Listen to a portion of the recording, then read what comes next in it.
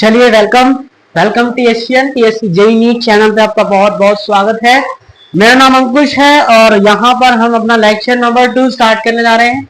कल का लेक्चर बहुत छोटा था और मंजिल चाहे कितनी भी बड़ी हो, अगर उसके लिए सही से मेहनत करी जाए तो वो मंजिल आराम से पाई जा सकती है। अगर आप एक बार फेल हुए हैं, 2 बार फेल हुए हैं और आपने अभी भी करने का जुनून है तो आप जरूर कर सकते हैं। बाकी आपको मेरे बारे में बाद में पता लग ही जाएगा। चलिए तो लेक्चर 2 स्टार्ट करते हैं। हम चैप्टर सॉल्यूशन पढ़ रहे थे। सॉल्यूशन का लेक्चर नंबर 2 है। कल आपने क्या जाना? कल हमने रैपर्स के बारे में जाना था। छोटा सा रिकैप करते हैं। कल हमने क्या जाना था रैपर्स के बारे में? आपके पास सॉल्वेंट है जिसमें मैंने पानी भरा है जो कि लिक्विड फॉर्म में है। अब लिक्विड के जो मॉलिक्यूल्स है वो सरफेस पे आएंगे। सरफेस पे आने के बाद ये एफनेट 0 नहीं कर सकते, जिसके कारण ये हवा में चले जाएंगे और फिर ये क्या बना देंगे? वेपर्स बना देंगे। एट इक्विलिब्रियम, साम्य अवस्था पर, ये जो वेपर्स हैं ये एक प्रेशर एक्सर्ट करेगा और ये प्रेशर लगाएगा और उस प्रेशर को हम क्या बोलते हैं? वेपर प्रेशर बोलते हैं। कल हमने पूरा यही पढ़ा था। आज हम क्या करते हैं? इसके आगे का पढ़ते हैं। देखिए जो प्रेशर लगा, ये जो प्रेशर इसमें लगाया तो इसमें कुछ हाइट तक प्रेशर लगाया होगा, बिल्कुल सही। और प्रेशर बराबर क्या होता है? पीवी बराबर क्या होता है? आरटी। पीवी बराबर क्या होता है? एनआरटी। यही पढ़ा आपने प्रेशर का फॉर्मूला। तो पी बराबर क्या हो गया? N upon V R T. और एन अपॉन वी क्या होता है? Concentration term. मतलब ये जो प्रेशर है, ये जो प्रेशर लगाता है इसको हम ऑस्मोटिक प्रेशर बोलते हैं, जिसको पाई से डिनोट करते हैं। फिर प्रेशर क्या हो गया? पाई बराबर सी आर टी। अब देखो एक और फॉर्मूला इसका क्या बन सकता है? ये जो प्रेशर है वो एच हाइट पे लग रहा है, इसका डेंसिटी डी है और ग्रेविटी जी लगा रही है। तो बेसिकली प्रेशर क्या आ जाएगा यहाँ पे? H D G. प्रेशर क्या आ जाएगा यहाँ पे? एच डी जी आ जाएगा।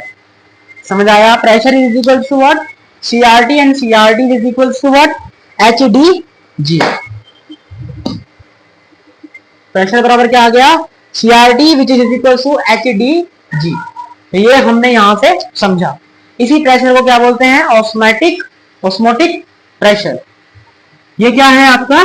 कंसंट्रेशन टर्म है और कंसंट्रेशन टर्म्स कहते आता है N अपॉन V करके। अब आप N का मतलब मोल्स होते हैं, V मतलब वॉल्यूम होता है। बेसिकली जब हम आगे जाएंगे कॉलिगेटिव प्रॉपर्टी में भी हम प्रेशर के बारे में जानेंगे, तो इसके जो भी न्यूमेरिकल बनेंगे वो हम आगे जाके कर लेंगे। अभी हमने क्या समझा? ये जो वेपर्स होता है एक प्रेशर लगाता है और उस प्रेशर को हम क्या बोलते हैं? Osmotic pressure. और ये ऑस्मोटिक प्रेशर बराबर क्या आता है? CRT। तो पाई बराबर आ गया CRT और CRT बराबर आ गया HDG। डी क्या है? डेंसिटी।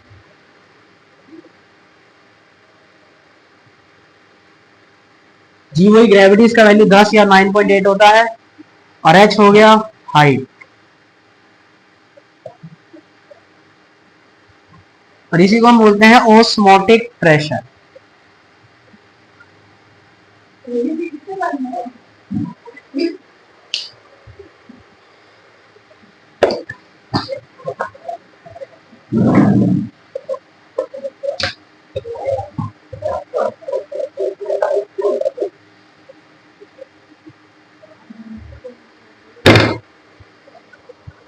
तो हमने यहाँ पे पढ़ा ऑस्मोटिक प्रेशर के बारे में। ऑस्मोटिक प्रेशर बराबर होता है HDG which is equals to CRT और pi is equals to HDG बराबर CRT।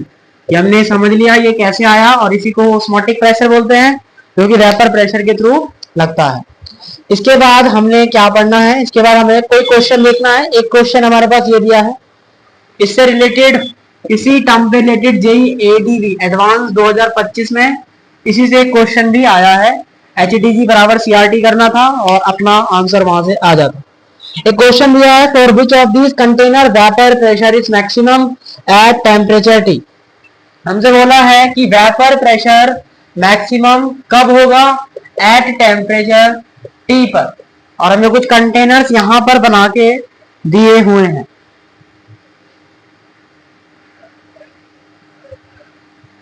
क्या है कंटेनर? पहला कंटेनर ये रहा हमारे पास,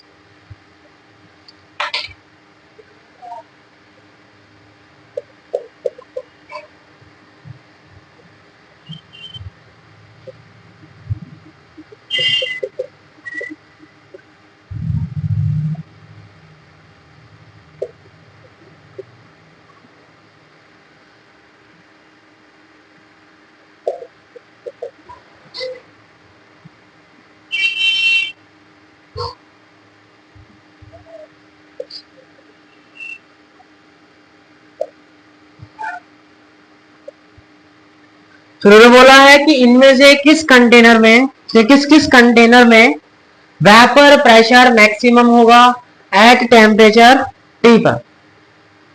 बताइए सोच के।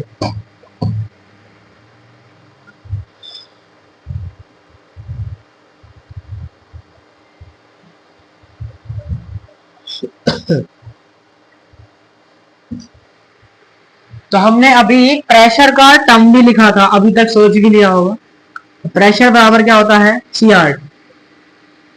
चूंकि कंसंट्रेशन के बारे में नहीं लिया, बेसिकली ये किस पे डिपेंड कर रहा है? टेम्परेचर।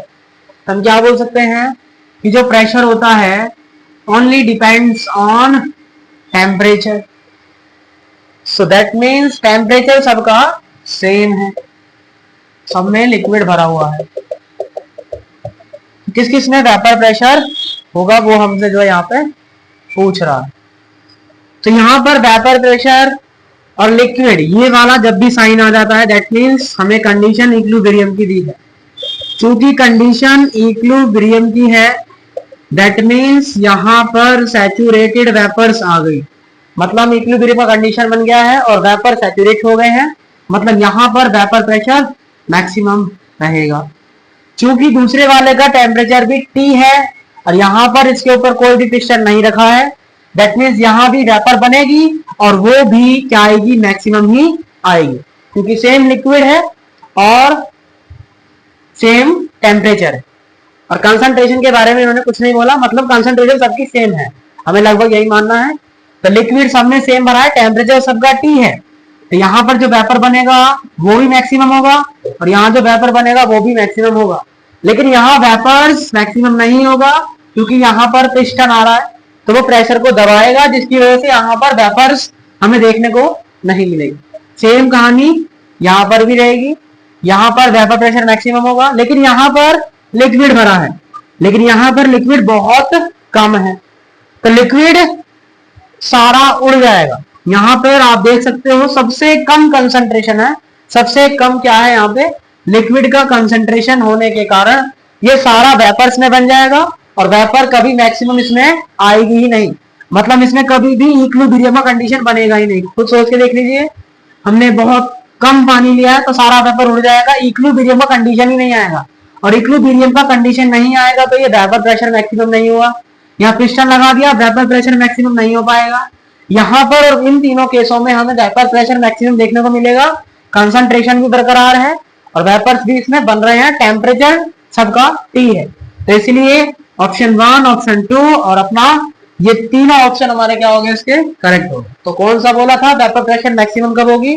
तो इन तीन में वेपर प्रेशर मैक्सिमम होगी। यहां से हमें समझ भी आया कि जो प्रेशर होता है वेपर प्रेशर, ये डिपेंड्स करता है किस पर? टेम्परेचर।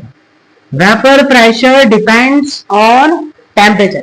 यहां से एक अच्छी बात हमें समझ में आती है जिसको हम लिख सकते हैं कि irrespective of the amount of the liquid and the shape of the container, the vapor pressure of liquid is a constant at a particular temperature provided the liquid is sufficient enough to form that liquid to vaporize equilibrium। That means क्या कहा इन्होंने? इन्होंने कहा कि shape और size क्या है container का, इस पे हमारा वेपर प्रेशर डिपेंड नहीं करता। हमारा वेपर प्रेशर डिपेंड करता है कि आपने जो लिक्विड लिया है वो इनफ है या नहीं, वो सफिशिएंट रहेगा या फिर नहीं। अगर आपने जो लिक्विड लिया है वो सफिशिएंट है और सबका टेम्परेचर अगर सफिशिएंट लिक्विड लिया है तो वो किस पे डिपेंड करेगा? टेम्परेचर पर डिपेंड करेगा। जैसे इस केस में लिक्विड सफिशिएंट नहीं था, टेम्परेचर लेकिन T था, उसके बावजूद यहां पर वेपर्स मैक्सिमम स्टेट पे नहीं आएगा।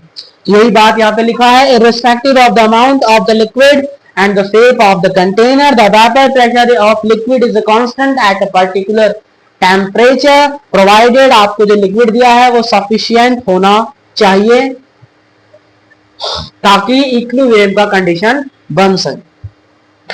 तो ये हमने कल भी पढ़ाया था और उसको यहाँ पर हमने समझ भी लिया। अब हम आगे बढ़ते हैं और कुछ टॉपिक्स को समझने का प्रयास करते हैं।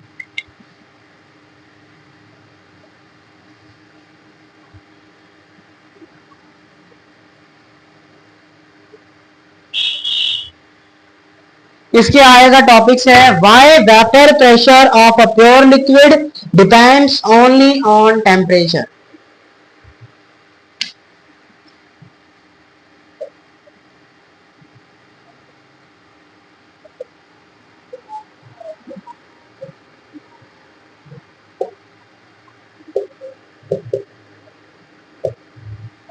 तो प्योर जो लिक्विड्स होते हैं जिनमें खाली सॉल्वेंट है उसमें जो प्रेशर होता है वो सिर्फ और सिर्फ टेम्परेचर पर ही क्यों डिपेंड करता है। तो इसको हम समझते हैं ग्राफ से। हमने यहां पर ग्राफ बनाया, वेलोसिटी और फ्रैक्शन ऑफ मॉलिक्यूल्स के बीच हमने यहां पे ग्राफ बनाया।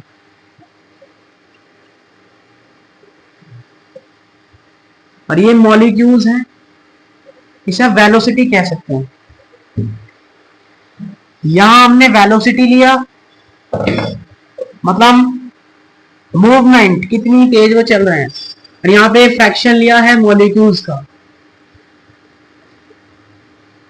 यहां पर हमने टेम्परेचर T1 दिया, यहां हमने टेम्परेचर T2 दिया और यहां हमने टेम्परेचर T3 दिया। चूंकि इक्विलिब्रियम का कंडीशन तो एक पर्टिकुलर टेम्परेचर पर आएगा और लिक्विड सेम है, तो वो इक्विलिब्रियम का कंडीशन ये रहा, क्योंकि टेम्परेचर T पे क्या कर रहा है, डिपेंड कर रहा।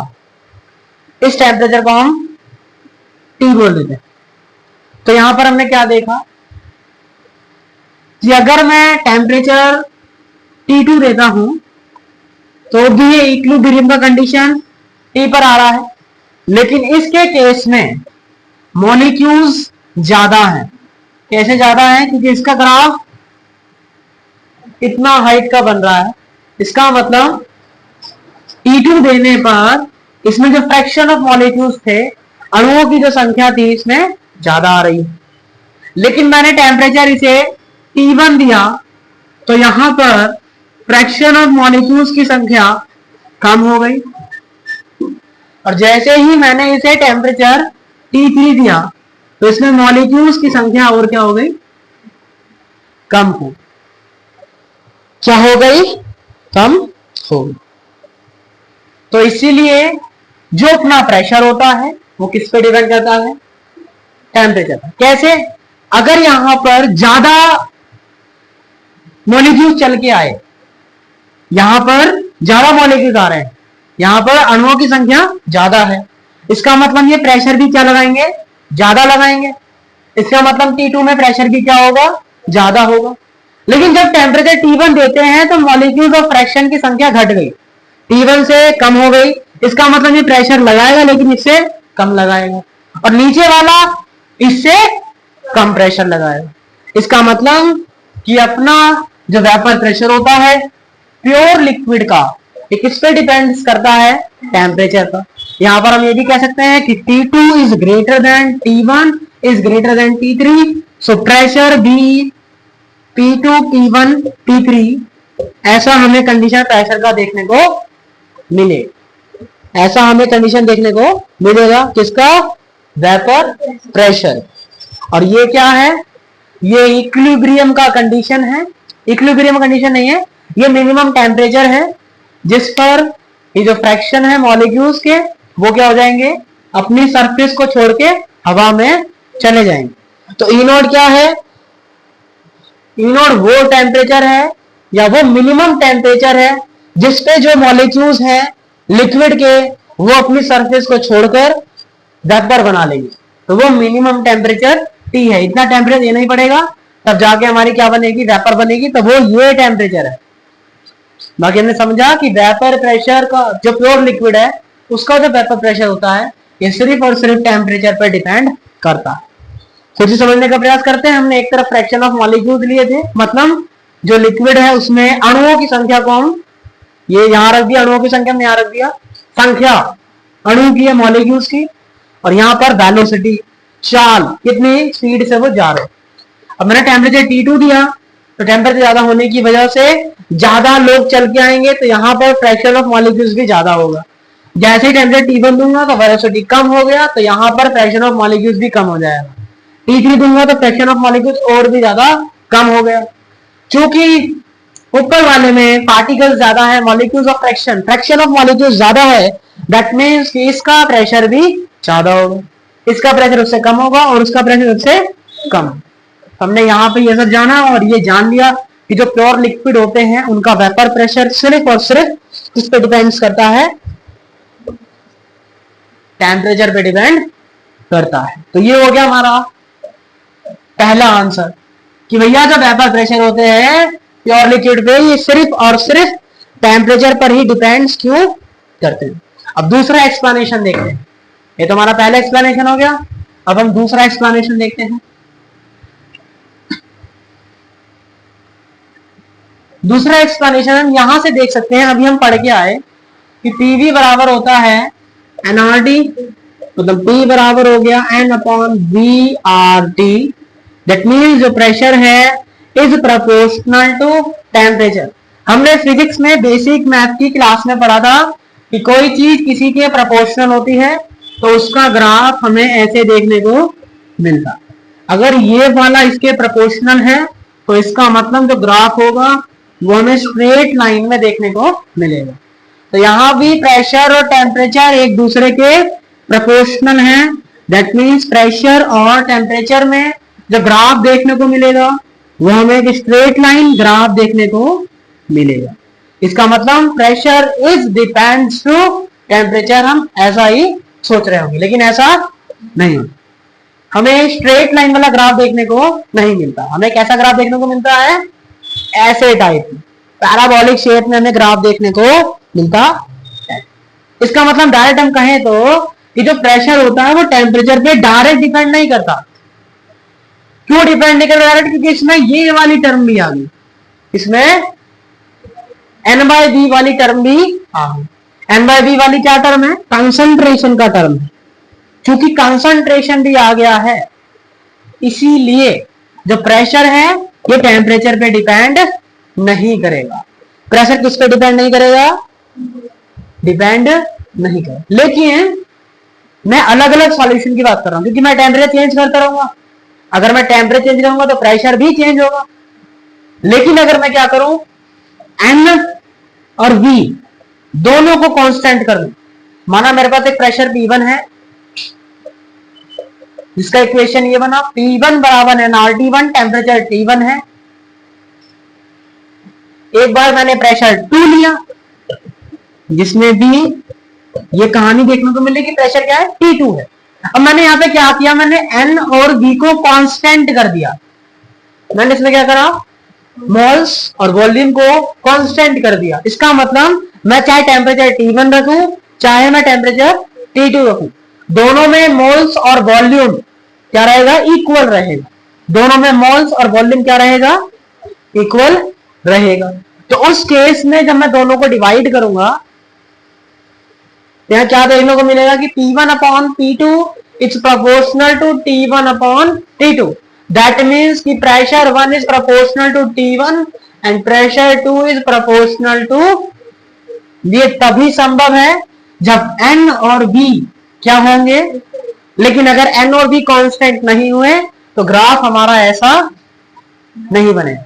इसका मतलब ये नहीं कह सकते हम हमेशा ये नहीं कह सकते कि ग्राफ स्ट्रेट लाइन बनेगा, ऐसा पॉसिबल नहीं। ये तभी बनेगा जब मोल्स और वॉल्यूम बोले तो कंसंट्रेशन दोनों का सेम हो गया, कांस्टेंट हो गया। तो उस केस में जो प्रेशर होता है वो डायरेक्टली डिपेंड करता है किस पे, टेम्परेचर। तो हमने क्या पढ़ा कि vapour pressure of pure liquid depends only on, तो यहां पे सेटिस्फाइंग हो गया कि किस पे डिपेंड करता है, वो टेम्परेचर पे डिपेंड करता है। क्या डायरेक्टली डिपेंड करता है, आंसर नहीं।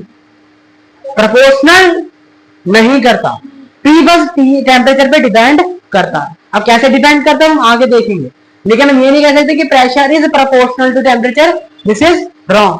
ये तभी कह सकते हैं व्हेन ये एन और बी क्या हो जाए, कांस्टेंट हो जाए, तभी हम ऐसा स्ट्रेट लाइन वाला ग्राफ बना सकते हैं, ठीक है। बाकी ऐसा वाला ग्राफ हमेशा कभी नहीं बनेगा, तब बनेगा जब एन और बी क्या हो जाएंगे, कांस्टेंट होगा। यहां पर हमने ये समझा कि हमारा वाई vapour pressure of pure liquid depends only on temperature. तो पहला एक्सप्लेनेशन क्या देगा था कि मोल ऑफ फ्रैक्शन और वेलोसिटी की भी जब ग्राफ खींचते हैं तो वहां से ऑटोमेटिकली क्लैरिफाई मिल गया था। और दूसरा जब हमने ये इक्वेशन देखा तो इस इक्वेशन से भी हमें डायरेक्ट क्लैरिफाई हो गया कि vapour pressure of pure liquid depends only on temperature. यहां से हमारा टॉपिक क्लियर होता है। तो हम आपसे कोई क्वेश्चन पूछते हैं, मान लिया हमने आपसे क्वेश्चन पूछा स्टेटमेंट नंबर 1। स्टेटमेंट बोला मैंने vapour pressure increases on increasing the temperature. क्या वेपर प्रेशर टेम्परेचर बढ़ाने से बढ़ जाता है, हाँ या ना? हाँ हाँ या ना?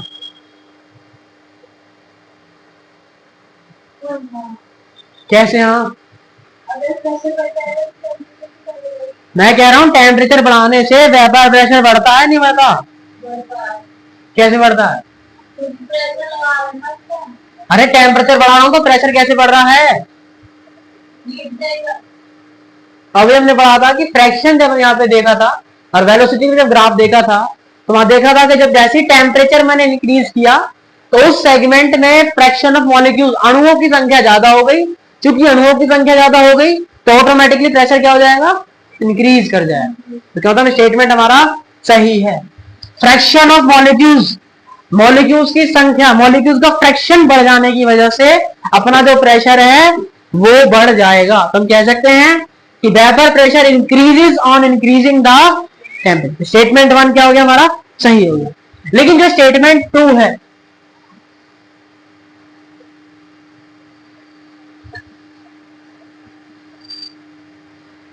जो हमारा स्टेटमेंट 2 है, ये रहा स्टेटमेंट 2। आप भी बता सकते हैं कि vapour pressure depends linearly on temperature. क्या है इसमें, राइट या रॉन्ग?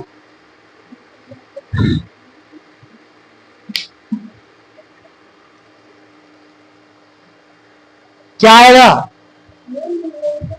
लीनियरली का मतलब होता है कि vapour pressure is proportional to temperature, ये होता है लीनियरली का मतलब। तो क्या आएगा, सही है ये? क्या ये लीनियरली ऐसे डिपेंड करेगा?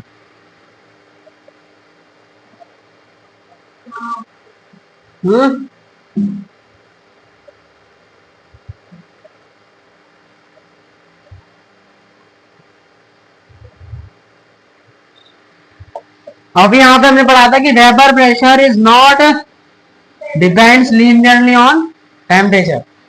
अब जो भी था वो पीछे करके देख सकते हैं, दोबारा रिपीट नहीं करेंगे, आगे बढ़ते हैं।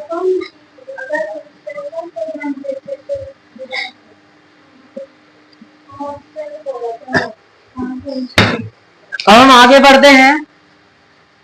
अपना जो प्रेशर होता है वो टेम्परेचर पे डिपेंड्स करता है, लेकिन एक्सपोनेंशियली डिपेंड करता है। जो वेपर प्रेशर होता है it depends exponentially on temperature. हमें ये यहाँ पे याद कर लेना है और इसका फॉर्मूला क्या निकल के आता है, आगे हम प्रूफ भी करेंगे, अभी नहीं करेंगे। log Kp1 upon log Kp2 बराबर del H upon 2.303 R 1 upon T1 minus 1 upon T2।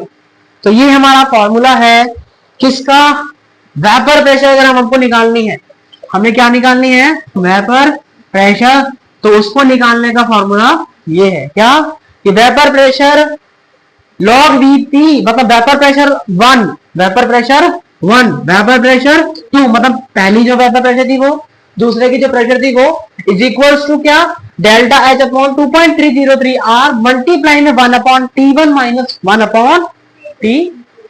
यही क्या हमारी फॉर्मूला है। अब यहां से कैसे कह दिया हमने, ये एक्सपोनेंशियल डिपेंड करता है, क्योंकि लॉग जब हटाएंगे तो ये ई की पावर में चला जाएगा। क्योंकि ये ई की पावर में जा रहा है तो इसलिए हम क्या कहेंगे कि जो प्रेशर होता है वेपर प्रेशर, ये एक्सपोनेंशियली डिपेंड्स करता है टेम्परेचर पर, इसीलिए इसका ग्राफ हमें ऐसे देखने को मिलता है। तो लीनियरली डिपेंड नहीं करता, ये एक्सपोनेंशियली डिपेंड करता है। यहां से हमने टेम्परेचर का कंडीशन भी पढ़ लिया। और मान लो अगर टेम्परेचर देके आपको क्या दे रखा है इन्होंने, ये देखिए लिक्विड टू वेपर, लिक्विड से वेपर जाना, हमने क्या करा वेपर प्रेशर को के मान लिया, हमने क्या लिखा, तो यहां से एक और फॉर्मूला बन सकता है क्या, log K T one upon K T two बराबर delta H upon 2.303 R 1 upon T one minus 1 upon T two. K T one ये वाला टेम्परेचर नहीं, ये वो टेम्परेचर है जिससे हमें वेपर प्रेशर प्राप्त हुई है, मतलब ये इक्विलिब्रियम वाली कंडीशन है। इस टेम्परेचर पर हमें क्या देखने को मिल रहा है, इक्विलिब्रियम आ रहा है। तो ये वो वाला टेम्परेचर है, ये दोनों सेम नहीं है, ये वो वाला टेम्परेचर है जिसपे क्या आ रहा है, इक्विलिब्रियम का कंडीशन आ रहा है।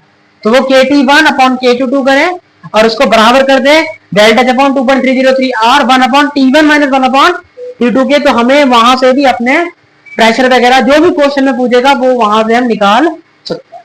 तो दो फॉर्मूले हो गए, तो याद करने क्या कि प्रेशर वाला फॉर्मूला ये रहा और एक फॉर्मूला हमारे पास ये भी रहा।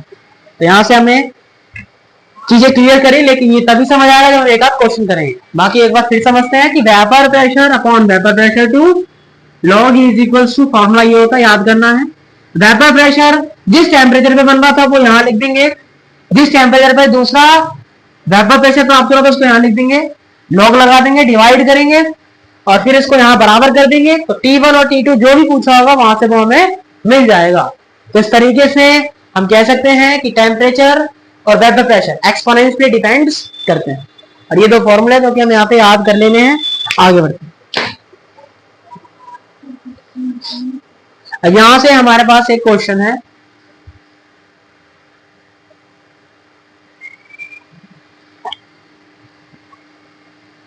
ये रहा क्वेश्चन, हमें बताना है कौन सा ग्राफ करेक्ट है, वेपर प्रेशर और टेम्परेचर, वेपर प्रेशर और टेम्परेचर, वेपर प्रेशर और टेम्परेचर, वेपर प्रेशर और टेम्परेचर, कौन सा ग्राफ सही है?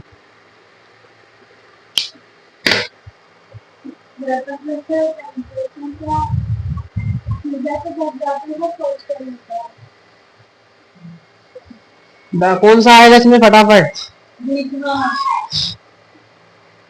ये कौन सा आएगा?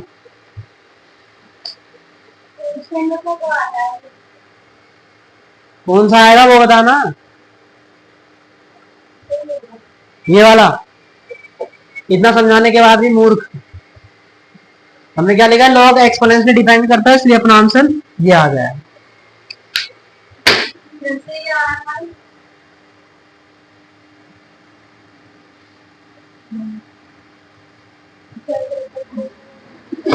अब हमने जितना भी पढ़ा उसका एक बार कंक्लूजन देखते हैं, लिखेंगे नहीं, डायरेक्ट बोल रहे हैं। Vapour pressure of a pure liquid is only temperature dependent irrespective of the amount of liquid and shape of container. Vapor pressure is constant at a particular temperature. Liquid should be sufficient enough to make liquid to vaporize. Vapor pressure depends on temperature exponentially and log P2 upon PT1 बराबर delta H upon 2.303 R bracket में 1 upon T1 minus 1 upon T। क्या पढ़ा, पहले conclusion था कि vapour pressure depends करता है सिर्फ टेम्परेचर पर। दूसरा कंक्लूजन पढ़ा कि जो टेम्परेचर वेपर प्रेशर होता है ये टेम्परेचर पे डिपेंड करता है लेकिन एक्सपोनेंशियली डिपेंड करता है। तीसरा पढ़ा कि vapour pressure directly proportional to temperature, कब, जब एनर्जी कांस्टेंट होता है। चौथा हमने पढ़ा कि साइज के कंटेनर का साइज क्या है, शेप क्या है, इस पे हमारा वेपर प्रेशर डिपेंड नहीं करता। और फिर हमने क्या पढ़ा, लिक्विड से वेपराइज होना क्या कहलाता है, इक्विलिब्रियम कहलाएगा, ऐसा वाला कंडीशन।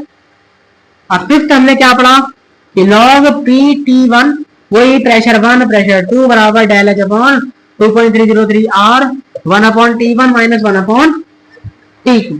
तो यहां से हमने सारी चीजों को पढ़ लिया। अब हम यहाँ से क्वेश्चन करते हैं।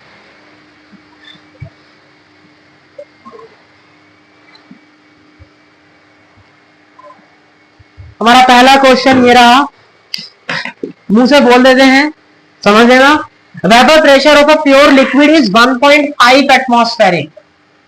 हमें वेपर प्रेशर दिया है प्योर लिक्विड का 1.5 एटीएम और टेम्परेचर 350 केल्विन।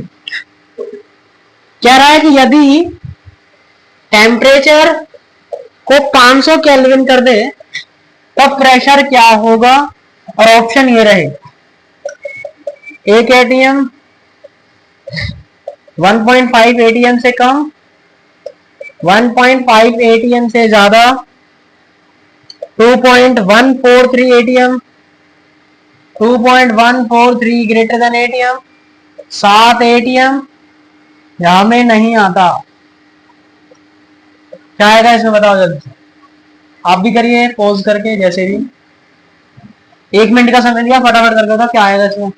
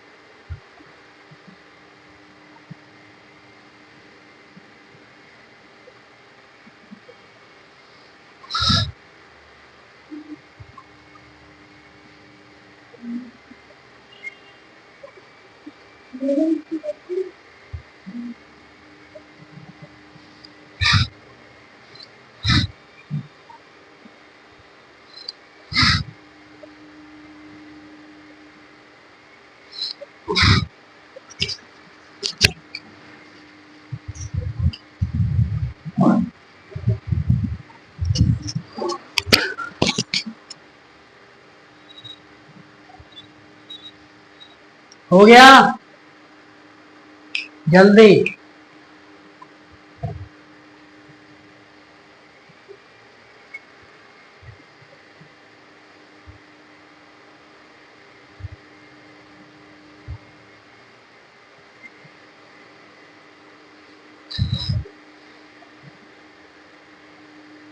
चलिए देखते हैं इसका सॉल्यूशन। 1 मिनट हो गया यहाँ पे। करा क्या 2 साल बाद करना है? जल्दी से फटाफट। क्या कर फटाफट। क्वेश्चन ये रहा कि ये प्रेशर 1 ये रहा, टेम्परेचर ये रहा। टेम्परेचर अगर इतना कर दो तो प्रेशर क्या होगा। और ये सारे आंसर है, इनमें तो कौन सा आंसर होगा।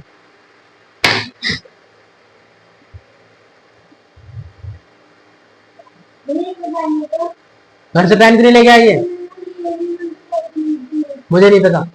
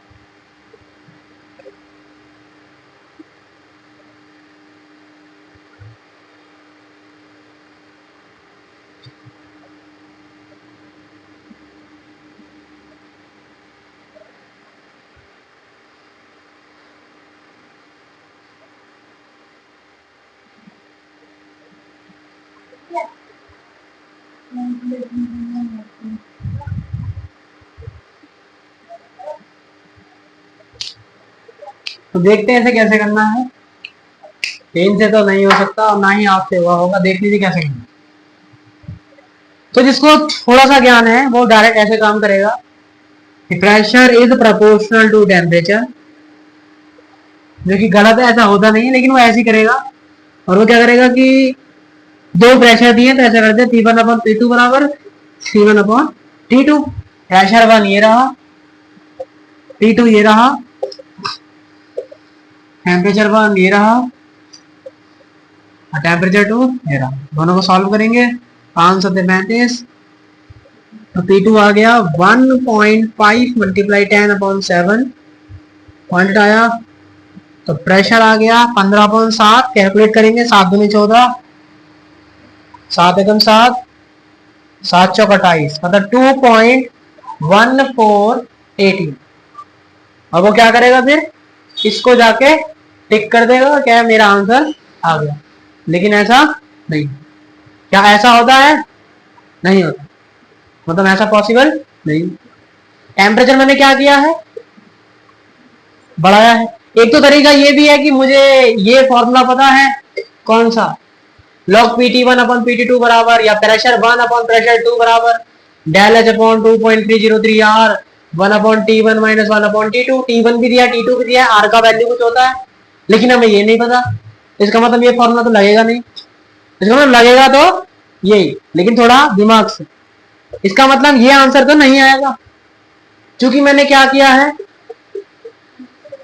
टेम्परेचर बढ़ाया है, तो प्रेशर क्या आना चाहिए, ज्यादा आना चाहिए। पहले प्रेशर कितना था, मतलब इससे प्रेशर क्या आएगा, ज्यादा आएगा।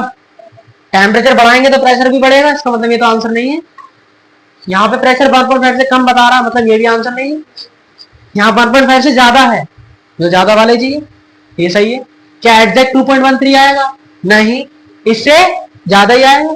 इसका मतलब ये वाला क्या हो जाएगा अपना आंसर। तो आंसर क्या हो गए, ऑप्शन सी और ऑप्शन डी। इस तरीके से हमारे यहाँ पे क्या हो गया, ऑप्शन ई। इस तरीके से हमारा ये क्वेश्चन हो। एक और क्वेश्चन करते हैं, ये रहा क्वेश्चन।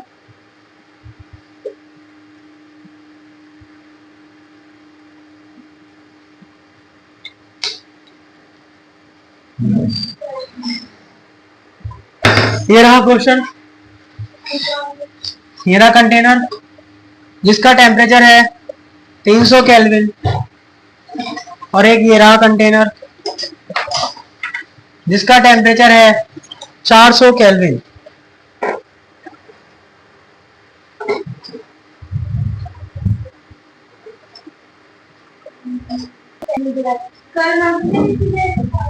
ये अपना क्वेश्चन था कि एक कंटेनर का टेम्परेचर 300 केल्विन है, दूसरे का 400 kelvin. Find out the vapour pressure of liquid A at 400 kelvin. हमें और कुछ भी दिया होगा, हमें ये दे रखा है और ये पूछा है। ऑप्शन ये रहे,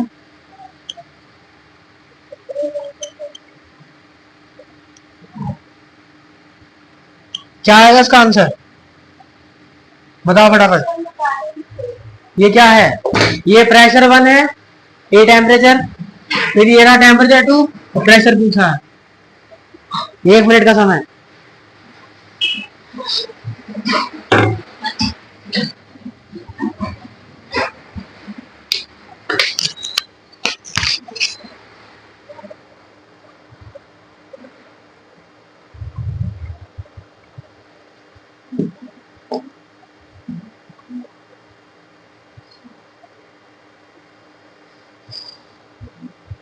तब तक हम यहाँ दूसरा क्वेश्चन लिख देते हैं।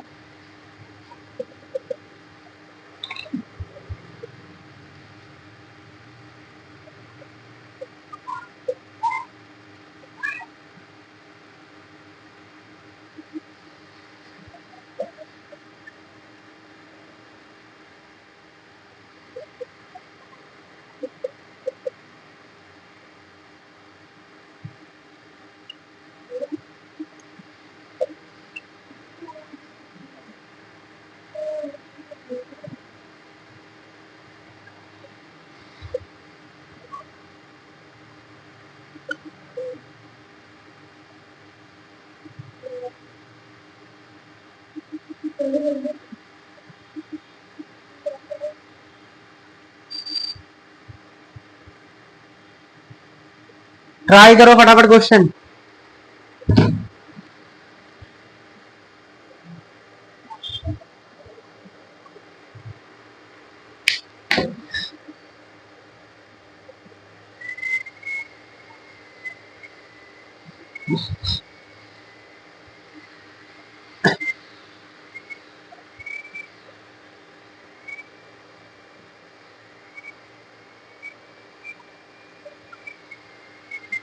क्या आया?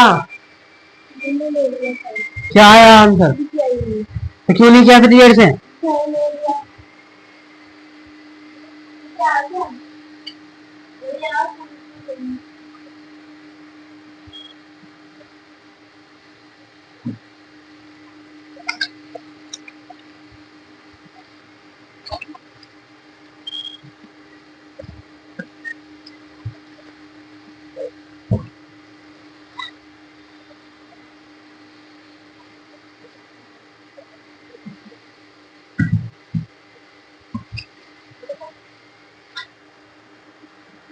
क्या आया आंसर?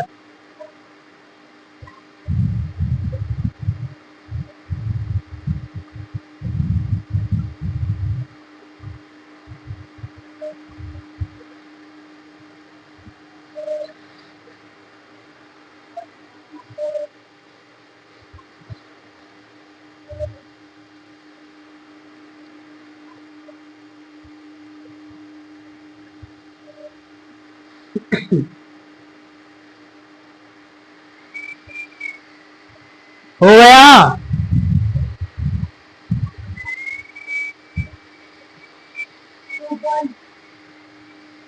कितना आया जल्दी बता।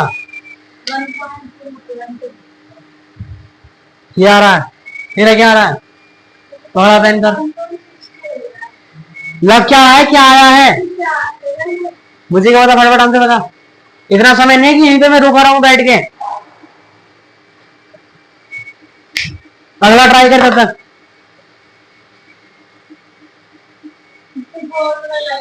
तो लगाओ ना फिर, मैंने बोला है लगा भैया।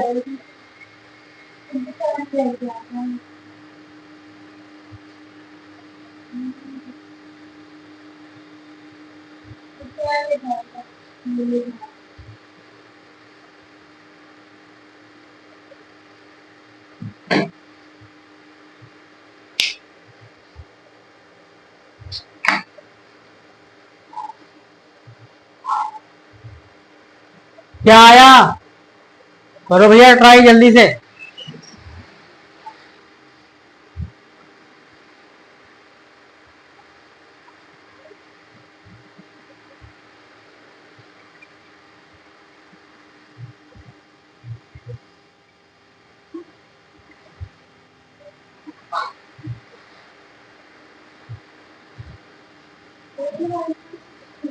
One point six.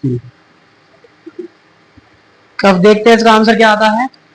तो T1 अपॉन T1 ये होता है, लेकिन एग्जैक्ट नहीं होता। अपना जो भी आंसर आएगा उसमें थोड़ा चेकिंग करना पड़ता है। T1 T2 P2 तो निकालना है, और T1 कितना है? अरे T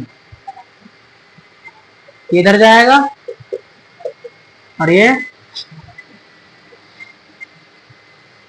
3 चौक पॉइंट को 4 चौक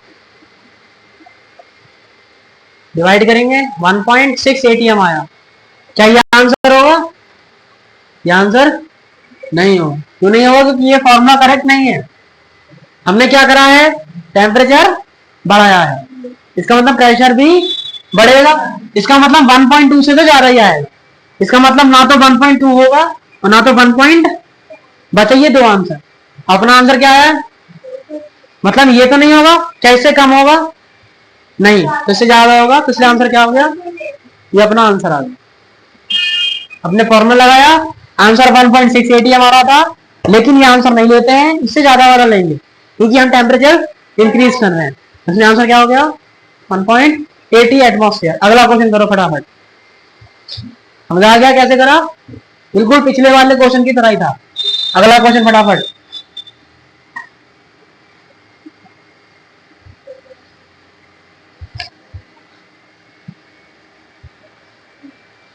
अगला क्वेश्चन करना है ऐसे, मैं कर देता वरना फिर समय लग जाएगा। फॉर्मूला क्या है? प्रेशर 1, प्रेशर 2,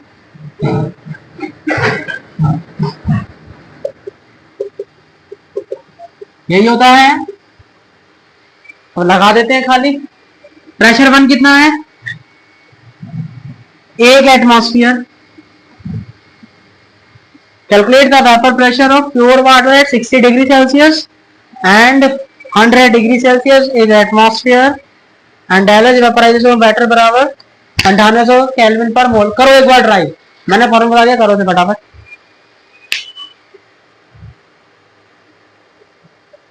और याद रखना जो टेम्परेचर लेते हैं वो किस में लेते हैं? केल्विन में। टेम्परेचर किस में लेते हैं? केल्विन में। और याद रखना ये हीट ऑफ वेपराइजेशन किस में दिया है? कैलोरी पर मोल। और आर का वैल्यू कांस्टेंट होता है। आर क्या होता है? Gas constant. आर क्या होता है? इसका वैल्यू फिक्स होता है। अगर हीट ऑफ वेपराइजेशन जूल पर केल्विन मोल में दिया है, किसमें दिया है? केल्विन मतलब टेम्परेचर का। हमें काटना होता है सारी यूनिट, फायरिंग क्या करनी होती है और सिर्फ चलानी होती है प्रेशर की जो यूनिट होती है, बोल सिर्फ चलाना होता है एटमॉस्फेयर। तो इसलिए हम सबको काटने का ट्राई करते हैं। तो काटने के लिए हमें आर की यूनिट वही लेनी पड़ेगी जो यूनिट हीट ऑफ वेपराइजेशन की दी है। किसमें दिया है? कैलोरी पर मोल। तो हमें कौन सी लेनी पड़ेगी जिसमें क्या आ रहा हो? कैलोरी पर। तो किसमें आ रहा है? कैलोरी पर मोल। तो हमें कौन सा यूज करना है? तीनों वैल्यू याद रखनी है। अगर जूल पर केल्विन मोल दिया है तो 8.314। अगर कैलोरी पर केल्विन मोल दिया है तो 1.98। अगर एटमॉस्फेयर लीटर पर केल्विन मोल दिया है, क्या दिया है? एटमॉस्फेयर लीटर पर केल्विन मोल। तब क्या लेंगे? 0.0821। ये तीन वैल्यू याद रखनी है। 0.0821, 1.98 and 8.314। This is for kelvin वाले में, मतलब केल्विन पर जूल पर केल्विन मोल में, इसको मोल कैलोरी पर मोल में, और इसको एटमॉस्फेयर लीटर पर केल्विन मोल। तो लगाओ फॉर्मूला फटाफट। तो पहला टेम्परेचर क्या दिया है? 60। तो किसमें चेंज करेंगे इसे? तो किससे प्लस करते हैं? कितना प्लस करेंगे केल्विन में बदलने के लिए?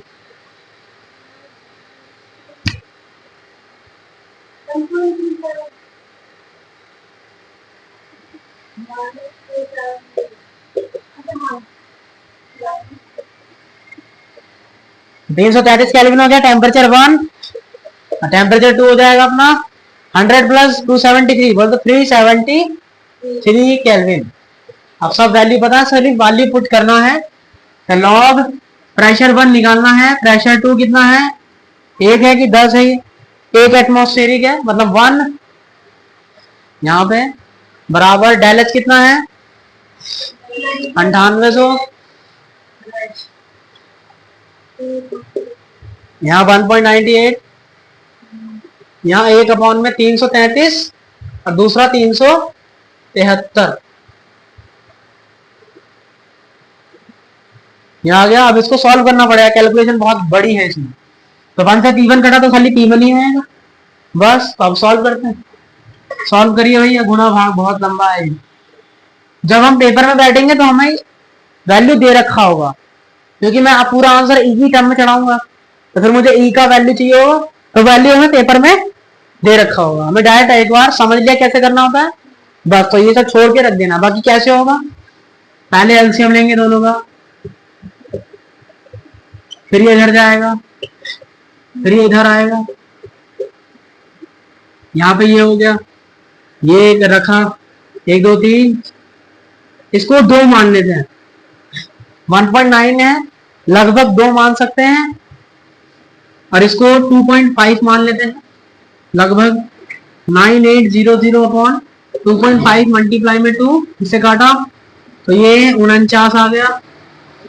यहाँ 2.5 है, ये बचा इसको माइनस करते, 3 में 3 गया 0, 7 में 3 गया, और यहाँ ये ठीक है, फिर यहाँ रखा 0, 4 है, 4 मल्टीप्लाई 100 कर सकता हूँ, ताकि 2500 के 100, 4 चौक 16 मल्टीप्लाई में 4900 और डिवाइड में 3 मल्टीप्लाई 373, और इतना ही करके हम क्या कर देंगे, छोड़ देंगे। अपना आंसर क्या आ गया, log P1 बराबर ये। अब हम जब भी log हटाते हैं तो यहाँ क्या आ जाता है, e की पावर में आंसर आ जाता है, किसमें आ जाता है, तो प्रेशर 1 की वैल्यू क्या आ गई, e की पावर 16 गुणा 4900 अपॉन 333 मल्टीप्लाई 300। इसको जब सॉल्व करते हैं तो आंसर कितना आता है, आंसर रटना नहीं है, हमें पेपर में वैल्यू दे रखा होगा, हमें घबराना नहीं है, सिर्फ समझ लेना है कैसे करा। डायरेक्ट फॉर्मूला था, उसमें खाली वैल्यू पुट करना है बस, बाकी कैलकुलेशन है वो ऐसे टर्म दे रखा होगा, इसे वैल्यू में याद थोड़ी ना है, पेपर में दी होगी। तो आंसर क्या आता है कैलकुलेट करने पर, 0.685180 तो ये अपना क्या आ गया, आगे समझ। एक और क्वेश्चन है घर के लिए, मैं यहाँ पे लिख देता हूँ, बाकी नोट्स में मिल जाएगा वो, वही Telegram PSC JE NEET channel पर। तो दूसरा क्वेश्चन क्या है, दूसरा क्वेश्चन है वेपर प्रेशर ऑफ लिक्विड निकल, निकल का वेपर प्रेशर बताना है शायद, वेपर प्रेशर ऑफ किसका, निकल का। टेम्परेचर क्या दिया है, कितना है, 0.100 टॉर, ठीक है। और टेम्परेचर 2 कितना दिया है, 1805 डिग्री सेल्सियस, और इसका वेपर प्रेशर है 1.000 टॉर। क्या पूछा है इसने, इसने पूछा है कि किस टेम्परेचर पर, क्या, किस टेम्परेचर पर लिक्विड का वेपर प्रेशर क्या हो जाएगा, 2.500 टॉर हो जाए। सोचो कैसे करेंगे इसको अगर करना हुआ तो।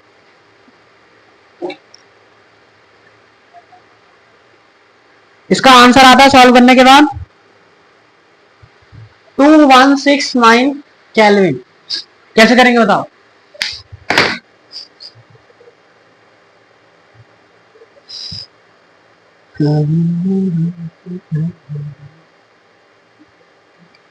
बोलो, प्रेशर का यूनिट क्या होता है, प्रेशर का यूनिट, हाँ, अच्छा किलो कैलोरी अरे प्रेशर का यूनिट नहीं पता, पूरा चैप्टर पढ़ा दिया, 2 दिन हो गए अभी तक प्रेशर का यूनिट नहीं पता है। क्या होता है प्रेशर का यूनिट, मात्रा क्या होता है प्रेशर का, एटीएम। और ये किसने दिया है, केल्विन में दिया प्रेशर, किसने दिया है, टॉर में दिया है। और हमने जितनी भी कैलकुलेशन करते हैं वो किसने करते हैं, एटमॉस्फेयर में। इसका मतलब इसको किसने बदलना पड़ेगा, तो याद रखना कि टॉर को डायरेक्ट हम एटीएम लिख सकते हैं, टॉर को क्या लिख सकते हैं, तो बस इसे क्या लिख देंगे, एटीएम, कोई चेंज करने की जरूरत। अब कैसे करेंगे बताओ, इसमें 2 बार फॉर्मूला लगेगा, क्या लगेगा, करके लेके आना घर से, मैं बताता हूँ। P1 P2 बराबर क्या होगा, डेल्टा एच अपॉन 2.303 आर, और यहाँ पे 1/T1 माइनस 1/, और फिर से लॉग। अब क्या लेंगे, क्योंकि मुझे इसका टेम्परेचर, इसका वेपर प्रेशर दिया है और टेम्परेचर निकालना है, तो इसको वेपर प्रेशर क्या मान लेता हूं मैं, तीसरा। क्या क्या लिख दिया, P, और यहाँ पर वो वाला लिख दो, किसी का भी प्रेशर लिखो दोनों में से, जिसका मन करे उसका लिख दो। मैं किसका लिख रहा हूँ, क्योंकि नीचे वाला में सिर्फ एक है तो शायद आसानी पड़ेगी। बराबर में यही फॉर्मूला, अब बराबर में क्या आएगा, इसके टेम्परेचर को क्या बोल देंगे, T3, 1/, पहले T3 माइनस 1/, इसका है T2। अब दोनों क्या कर देंगे, ये सब सेम ही रहेगा क्योंकि सेम ही यूनिट है, तो बस कॉल कैलकुलेट करना है, वो घर से काम करना। क्या करेंगे, डायरेक्ट कैलकुलेट। P1 का वैल्यू कितना है, और इसका वैल्यू कितना है 1 लिख दो डायरेक्ट। पॉइंट हटाएंगे तो कितनी जीरो नीचे आ जाएगी और 2 जीरो, यहाँ क्या आ गया log 1/10। इसको ऊपर लेके आएंगे तो पावर क्या आ जाएगी नेगेटिव हो जाएगी। पावर 1 थी लेकिन माइनस होना जाएगी। हमने क्या पढ़ा है log के अंदर जो पावर होती है वो बाहर आ जाती है, तो माइनस कहाँ आ जाएगा चेंज यहाँ करेंगे। P3 कितना दिया है और P2 तो 1 है, कोई मतलब ही नहीं। यहाँ कितना आ गया 2 पॉइंट। इसको क्या लिख सकते हैं पॉइंट हटाया यहाँ पे 10 लिख दिया। 25 किसका स्क्वायर होता है 5 का, तो क्या लिख सकते हैं इसे रट्टे में। बाकी घर से करके लेके आना कैसे करेंगे। इसको कैसे तोड़ेंगे, जब भी कोई चीज डिवाइड में होती है लॉग के अंदर तो उसे क्या लिख सकते हैं log m माइनस n, क्या लिख सकते हैं ठीक है। तो वो लिख देंगे इसे, क्या लिख देंगे इसे log 5 स्क्वायर माइनस log 10 और ऊपर क्या आएगा माइनस में log 10 और बराबर में ये कैलकुलेट करोगे आंसर आ जाएगा। ये घर से करके लेके आना।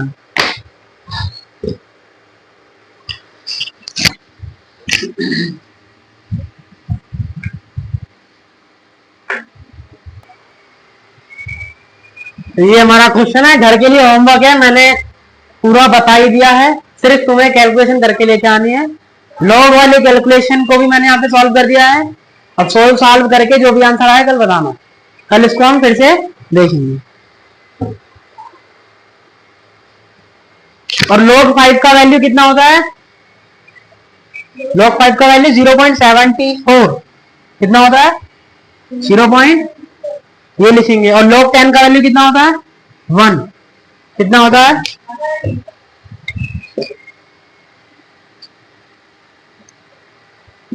मैं यहाँ log की वैल्यू लिख रहा हूं।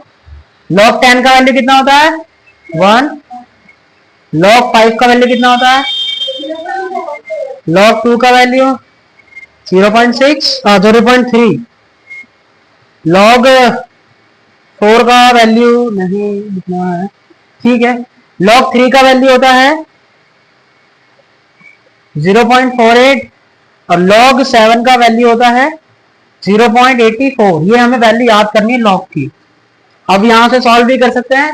log 10 का वैल्यू कितना होता है 1 मतलब कितना आएगा माइनस का 1।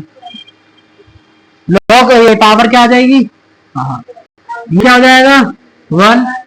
log 5 का वैल्यू कितना होता है 0.74। 2 से क्या करेंगे मल्टीप्लाई, कितना आएगा 2 चौक 8 2 सत्ते 14 कितना आएगा 2 चौक 8 और 2 सत्ते 14 1.48 और माइनस में 1 -1 करेंगे कितना आएगा 0.48 बराबर में क्या आएगा 1/t1 minus 1/t2 1/t3 minus 1/t2। अब रखते हैं तो यहाँ क्या आएगा t1 t2 और ऊपर t2 माइनस सेम यहाँ नीचे आएगा क्या आएगा t2 t3 दोनों में क्या कॉमन है t2 और दोनों किसमें है डिवाइड में तो कट जाएगा। किसका वैल्यू निकालना है तो वो तो ऐसे ही रहेगा। t2 का वैल्यू कितना है इसको किसमें भी चेंज करना पड़ेगा केल्विन में। एक काम करते हैं ऐसे ही छोड़ देते हैं, इसको केल्विन में चेंज नहीं करते, ऐसे ही कर लेते हैं। लास्ट में जो आंसर आएगा उसको केल्विन में चेंज कर देंगे। 1805 में कितना घटाएंगे 1606। t2 माइनस क्या करना है t1 मतलब 1805 माइनस 1606 कितना आएगा 15 6 9 और ये 9 और ये कितना आएगा 9 मुझे 15 9 10 6 1 7 8 कितना आ गया 199 माइनस का कि प्लस का ये आया है प्लस का ही आया। नीचे t2 माइनस t3 है तो t2 का वैल्यू कितना है बहुत बड़ी वैल्यू माइनस t3 ठीक है। अब बट्टे में क्या था अब ये कहां चला जाएगा इसको कहां भेज दिया और इसको कहां भेज दिया तो कितना आ गया था -1805 प्लस t3 बराबर 199 मल्टीप्लाई 23 एंड मल्टीप्लाई 0.4, किसका वैल्यू चाहिए, तो इसको भेज देंगे उधर। तो माइनस 1805 बराबर क्या, 199 0.48 इंटू टी3 माइनस, दोनों में से क्या कॉमन ले लिया, टी3, यहाँ क्या बचा, बराबर, अभी तो घर से करके लेके आना, ठीक है। इसको माइनस करेंगे, गुणा करके माइनस करेंगे, फिर इसको नीचे डिवाइड में लेके जाएंगे, फिर भाग करेंगे, फिर जो आंसर आएगा उसको उसमें 273 प्लस करेंगे और अपना आंसर आ जाएगा, ठीक है। इसको उतारना हो तो उतार लो ये।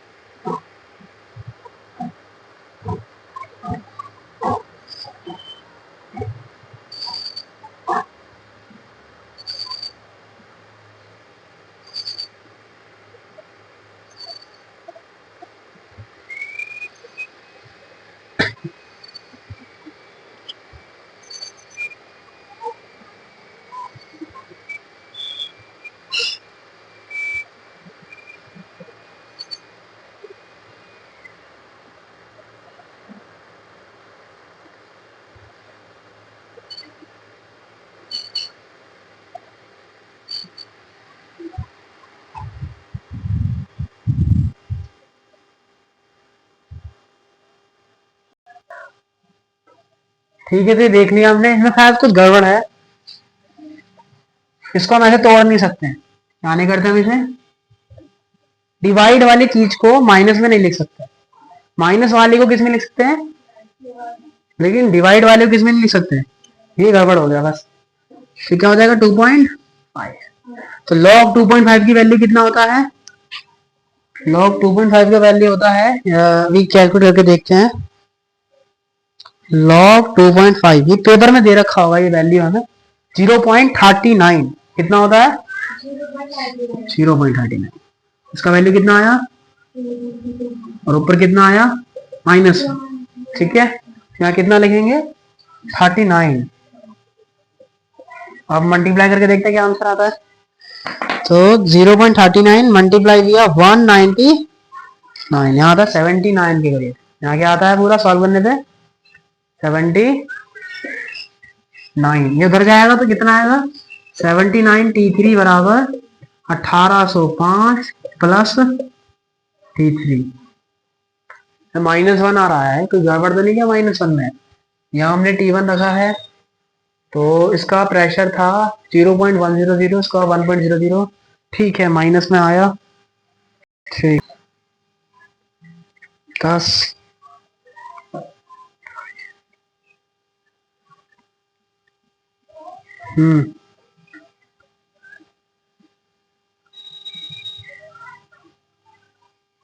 यहाँ गड़बड़ हुआ ना, T2 T3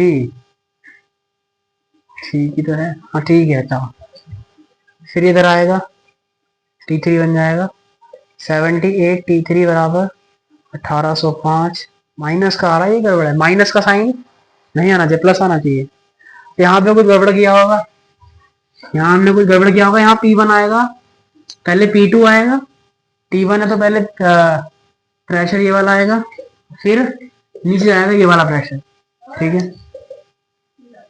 जिसकी वजह से log 10 की वैल्यू क्या आ जाएगी 1, +1 में आएगी, किसमें आएगी +1, 1805 आ गया इधर, 1805 माइनस T3 था, ये +1 रहेगा, तो फिर ये माइनस का T3 रहेगा, फिर इधर आ जाएगा तो ये प्लस बन जाएगा, क्योंकि ये प्लस बन गया तो यहाँ कितना आ जाएगा 80, अब 1805 डिवाइड बाय 80 कितना आएगा, डिवाइड करा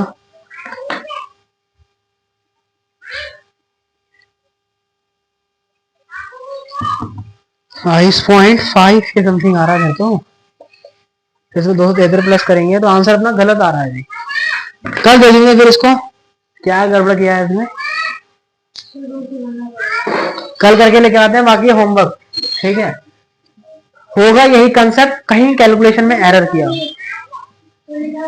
हाँ ये क्वेश्चन घर से करके लेके आना एक बार, कहीं कैलकुलेशन में गड़बड़ हुआ होगा या फिर क्वेश्चन में ही गड़बड़ हुआ या आंसर गलत आ रहा हो, एक बार से फिर से चेक करेंगे, वीडियो लंबा ना हो जाए इसलिए। होमवर्क कल ये देखते हैं कहाँ इसमें गड़बड़ किया है, ठीक है। तो कुछ गड़बड़ पता लगी तो बता सकते हो, बाकी इसे कल करेंगे, ठीक है। बाकी होमवर्क करना कैसे है, यही तरीका लगेगा, लॉग वॉक की वैल्यू गूगल से चेक कर लेना, कैलकुलेट कर लेना, बाकी आंसर सही, इसका आंसर है 2169 कैलोरी। एक बार ट्राई करके आना, देखते हैं कल क्या आता है आंसर, या तो आंसर गलत दे रखा होगा, इतना ज्यादा वेरिएशन तो नहीं होना चाहिए कि 2169 केल्विन है, कुछ गड़बड़ किया है, यही कहीं गड़बड़ होगा, ये T3 कहीं गलत आया, ठीक है कल सोचेंगे उसके बारे में।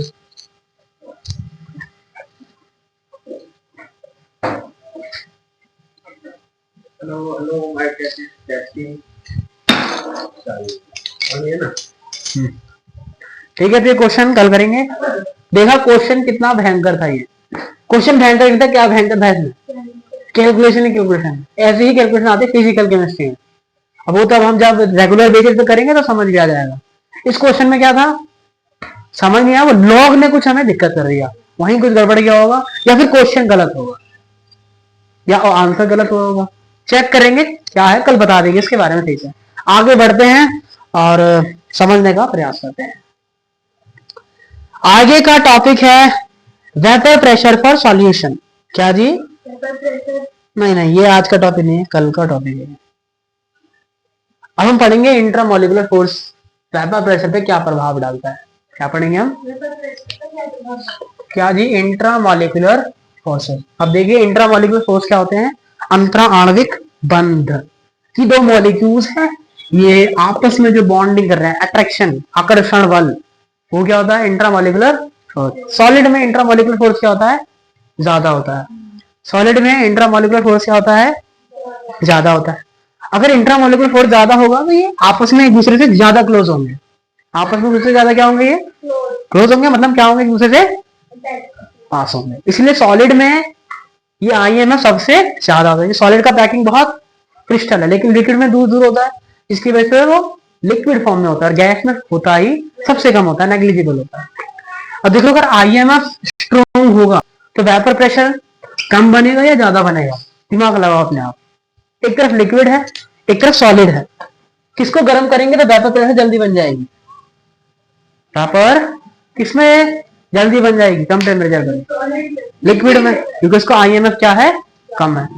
इसका मतलब क्या कहेंगे, अगर किसी का आईएमएफ ज्यादा होगा तो वेपर प्रेशर, और अगर आईएमएफ कम होगा तो वेपर प्रेशर, बस हमें यही समझना था, समझ लिया। अब हम कुछ क्वेश्चन पूछेंगे, उसका बताना कि क्या क्या आंसर रहेगा, आगे समझ। तो यही था, यही लिखा है कि अगर इंट्रामोलिकुलर फोर्स बिटवीन मॉलिक्यूल्स अगर ज्यादा हुआ तो वेपर प्रेशर कम बनेगा, और अगर कम हुआ तो वेपर प्रेशर ज्यादा बनेगा। अब देखिए हमें फोर्स पढ़ने हैं, क्या पढ़ने हैं, फोर्सेस, कौन सा फोर्स कितना मजबूत होता है, सबसे स्ट्रॉन्ग फोर्स कौन सा होता है, ये सब भी जान लेते हैं, फिर एक क्वेश्चन करेंगे तो समझ आ जाएगा। कुछ मिनट्स की और क्लास है, तो देखो पहला फोर्स है अपना आयनिक फोर्स। पहला फोर्स क्या है, आयनिक फोर्स क्या होता है, आयन आयन के बीच लगने वाला फोर्स, क्या हमने पढ़ा है NaCl, दोनों ही क्या है, तो इन दोनों के बीच जो फोर्स लग रहा है उसको बोलते हैं क्या, और सबसे ज्यादा फोर्स, सबसे स्ट्रॉन्ग कौन सा होता है, आयनिक फोर्स। सबसे स्ट्रॉन्ग फोर्स कौन सा होता है, आयनिक फोर्स। इसके बाद आता है आयन डाइपोल, क्या आता है, आयन डाइपोल, फिर आता है हाइड्रोजन बॉन्ड, ये गैस में ही लगते हैं सारे, फिर आता है डाइपोल डाइपोल, ये वाले गैस में लगेंगे, फिर क्या आता है डाइपोल डाइपोल, फिर उसके बाद क्या आता है डाइपोल इंड्यूस्ड डाइपोल, क्या जी, डाइपोल इंड्यूस्ड डाइपोल। वैसे इन सबके बारे में कहां पढ़ेंगे हम, IOC में पढ़ेंगे, इनऑर्गेनिक केमिस्ट्री में, यहां थोड़ा सा जानकारी ले रहे हैं। फिर अगला वैंडरवॉल, क्या जी, वैंडरवॉल फोर्स। देखो आयनिक फोर्स तो आयन्स के बीच लगेगा, ये किसके बीच लगेगा, आयन और डाइपोल के बीच, किसके बीच लगेगा, डाइपोल किसे कहते हैं? जिसमें दो चार्ज, जैसे H2O है, तो इसमें माइनस का चार्ज भी और, तो ये क्या बन गया? डाइपोल बन गया। डाइपोल क्या होता है? जिसमें प्लस चार्ज भी और दोनों अलग अलग डायरेक्शन में हो। तो वाटर क्या है? डाइपोल हो गया। और सोडियम क्या है? आयन हो गया। तो दोनों में की जो फोर्स लगेगा वो क्या हो गया आपका? Ion dipole. अगला क्या? Hydrogen bonding. क्या है? हाइड्रोजन बॉन्डिंग कौन कौन दिखाता है? फ्लोरीन, ऑक्सीजन और क्या दिखाते हैं? हाइड्रोजन। मतलब हाइड्रोजन से क्या बनाते हैं? ये बॉन्ड बनाते हैं। सबसे ज्यादा स्ट्रॉन्ग कौन बनाता है? फ्लोरीन, फिर ऑक्सीजन एंड फिर हाइड्रोजन। जैसे मैंने क्या लिया? H2O लिया। क्या लिया? फिर से मैंने क्या लिया? तो ये O किससे बॉन्डिंग कर रहा है? तो यही क्या हो गया? क्या हो गई? हाइड्रोजन। इसके बाद है डाइपोल। डाइपोल क्या है? ये डाइपोल डाइपोल का भी हो गया एग्जाम्पल। बाकी अगर हम दूसरा देखें तो क्या है? वो ये रहा। मान लो कीटोन ले लिया, CCl3 भी ले सकते। क्या ले लिया हमने? कीटोन। क्या ले लिया हमने? ये क्या करेगा? ये डाइपोल इंड्यूस कर देगा। क्या इंड्यूस कर देगा? ये वो क्या करता है? इलेक्ट्रोनेगेटिव इलेक्ट्रॉन खींचेगा, जिसकी वजह से यहाँ पे पार्सल नेगेटिव आ जाएगा और यहाँ पार्सल पॉजिटिव आ जाएगा। ऑर्गेनिक में समझेंगे। ऑर्गेनिक क्लास चालू होने वाली है, एक हफ्ते के बाद ऑर्गेनिक क्लास चालू हो जाएगी। यहाँ पे क्या है? यहाँ पार्सल नेगेटिव आ जाएगा, यहाँ पार्सल पॉजिटिव आ जाएगा। सेम कहानी, यहाँ पार्सल पॉजिटिव और यहाँ पार्सल, अब क्या होगा? नेगेटिव वाला पॉजिटिव को खींचेगा और पॉजिटिव वाला, तो यही हमारा कौन सा फोर्स है? Dipole dipole. अब अगला डाइपोल इंड्यूस्ड डाइपोल। क्या? Induced dipole. इंड्यूस्ड डाइपोल का मतलब क्या है? कि दोनों जो एटम है वो दोनों सेम